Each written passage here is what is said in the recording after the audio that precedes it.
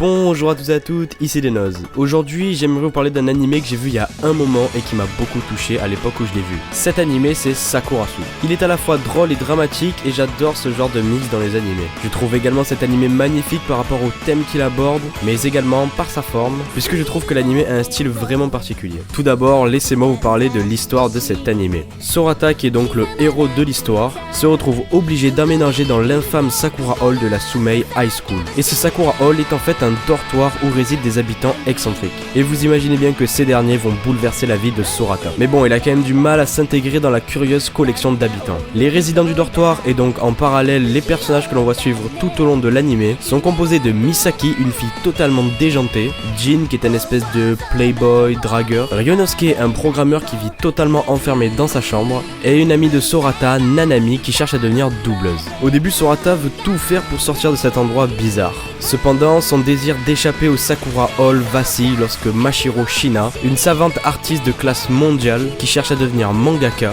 se transfère au cours du trimestre de printemps et s'accroche rapidement à lui. Et franchement, au niveau de l'histoire, mis à part la romance qui est un petit peu bancale, je n'ai rien à dire sur cet animé. Il est super intéressant et on a envie de connaître la suite à chaque épisode. C'est également un animé qui va finalement vous montrer la dure réalité. S'il y a un message qui est vraiment présent dans tout l'animé, c'est qu'un talent inné peut parfois dépasser un travail acharné, et que même celui qui travaille le plus dur possible et fait d'énormes sacrifices peut voir ses rêves se briser encore et encore. Et cet aspect dramatique de Sakurasu est vraiment génial. Puis ça nous permet de nous identifier aussi aux personnages. Quand quelqu'un a un talent monstre et que même en travaillant de toutes nos forces on n'arrivera jamais à l'égaler, et puis finalement de son simple talent toutes les portes lui seront ouvertes. Voilà donc le côté dramatique de cet animé, et je ne vous en dis pas plus pour ne pas vous spoil.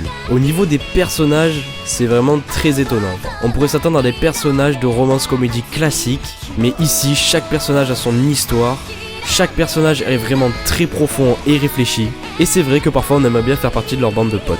Il y a également une espèce d'alchimie entre eux, et ça rend vraiment leur relation unique et spéciale. Et franchement c'est l'un des rares animés où je me souviens d'autant de personnages. Et pour terminer, je voudrais vous parler un petit peu de la forme de cet animé. Déjà au niveau du son, les openings et les endings sont pour moi tout simplement géniaux. Ils sont super entraînants et même un petit peu mélancoliques. Et si je devais retenir vraiment un son de l'animé, ce serait le deuxième ending, allez l'écouter. Et on va terminer avec le côté artistique de Sakurasu. Je trouve personnellement que cet animé est vraiment magnifique. L'animé utilise une unique palette de couleurs qui est répétée durant tout le long de ce dernier. Et franchement, le rendu est juste splendide. Donc rien que pour ce côté artistique, allez voir cet animé, ce sera que du bonheur pour vos yeux. Et voilà, on arrive déjà à la fin de cette vidéo. N'hésitez pas à lâcher un petit j'aime si cette dernière vous a plu et à vous abonner pour ne pas rater mes prochaines vidéos. J'espère vous avoir donné envie d'aller voir Sakurasu parce que pour moi c'est vraiment un animé qui m'a touché. Sur ce, je vais vous laisser, c'était Denoz, passez une bonne soirée ou une bonne journée. Allez, bye bye.